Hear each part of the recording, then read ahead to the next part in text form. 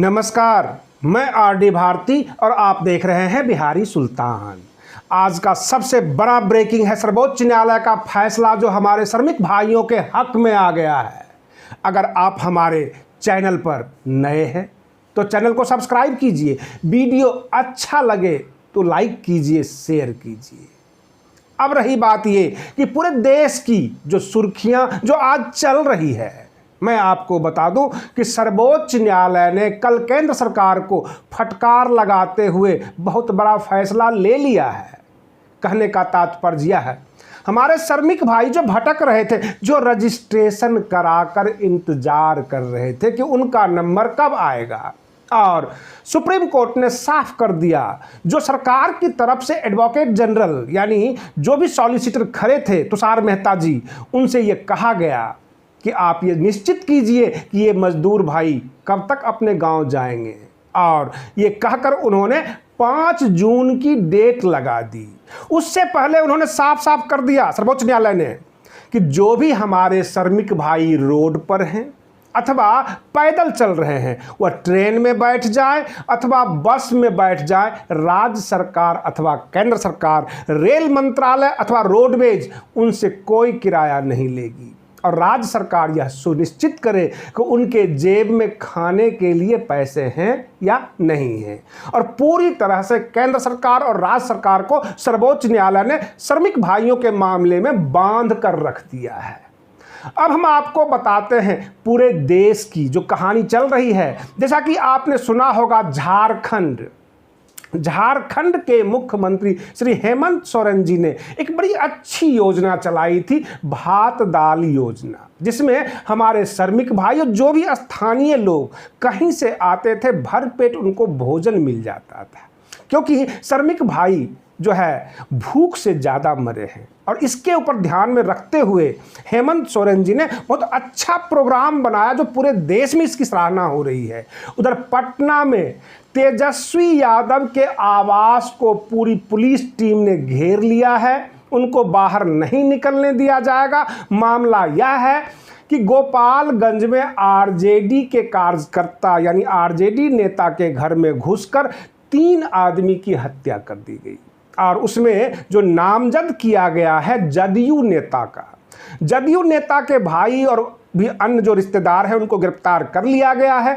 जदयू नेता जो विधायक है उनको गिरफ्तारी नहीं हुई है, और उसी आक्रोश में तेजस्वी यादव गोपालगंज जाना चाहते थे, और इसलिए सरकार ने कोई दुर्घटना ना हो जाए, कोई बवाल ना बढ़ जाए, पुलिस टीम को लगा दिया कि इनको घर से बाहर निकलने ही नहीं दिया जाए। अगर आप हमारा पिछला वीडियो देखे होंगे तो मैंने उसी वक्त भविष्यवाणी कर दी थी। भारतीय जनता पार्टी को बहुत अच्छी तरह मैं जानता हूं, और पश्चिम बंगाल की राजनीति को भी बहुत अच्छी तरह समझता हूं। जैसा कि मैंने पिछले वीडियो में कहा था, ये 1000 करोड़ की राहत जो है, इसके ऊपर बड़ी राजनीति होगी, और वो शुरू हो गई। जो है भारतीय जनता पार्टी के बीजेपी के नेताओं ने अब ये कहना शुरू कर दिया कि 4 दिन हो गए पैसे दिए हुए और ममता दीदी कुछ नहीं कर रही हैं। 24 परगना जो पश्चिम बंगाल का है वो पूरी तरह बर्बाद हुआ पड़ा है। आप जानते होंगे अम्फन तूफान जो पूरे इलाके को तबाही मचाया। गांव में देहात में मिट्टी का घर होता है, फूस का घर होता है, क्या वो तूफान या समंदर की लहरें बर्दाश्त करेगा? वो जमींदोज हो गया है। पूरी की पूरी आबादी सड़क पर आ गई है, उनके पास बर्तन भी नहीं बचे हैं, कपड़े भी नहीं बचे हैं, बिल्कुल खाना बदोश जिंदगी सी बन गई है। वो बस तमाशा देख रहे हैं अपनी बर्बादी का।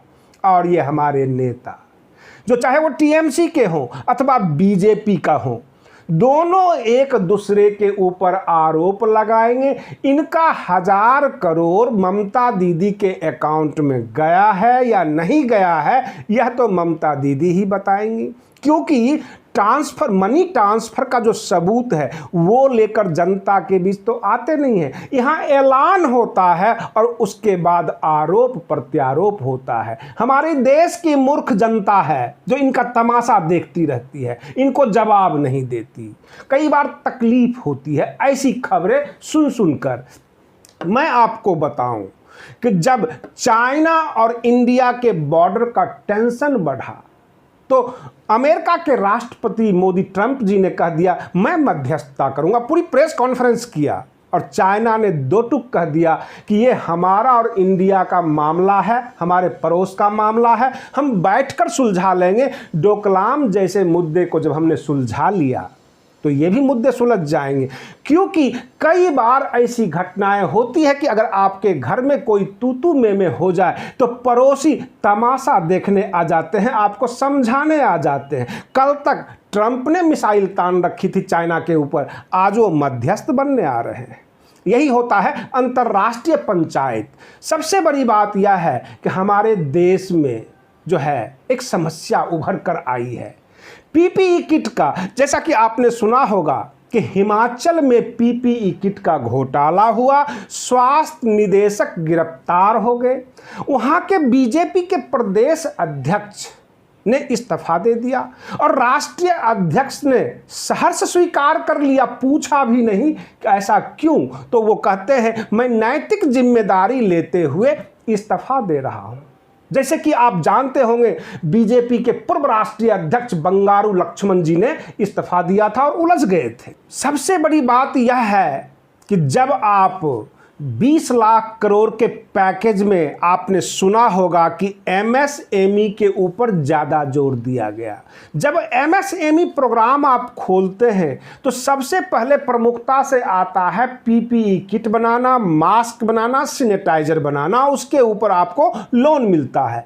क्या पूरा देश अब इसी काम में लग जाए, बाकी कोई काम नहीं? आपको चौंकाने वाली खबर दे रहा हूं, जो टिड्डियों का हमला हो गया है वह राजस्थान, उत्तर प्रदेश, मध्य प्रदेश सब जगह फैल रहा है, दिल्ली भी पहुंच रहा है। इसमें बताया गया है कि 1 किलोमीटर के अंतर्गत जितनी टिड्डियां आती है उसमें 8 करोड़ टिड्डियां होती है और 35,000 लोगों को जो मिलने वाला भोजन है वो चट कर जाती है 1 घंटे में। सबसे बड़ा चिंता का विषय सरकार के लिए यह है, कहीं ऐसा ना हो कि टिड्डियां पूरे देश की फसल बर्बाद कर दे और आदमी भूखा मरने लग जाए, अकाल आ जाए।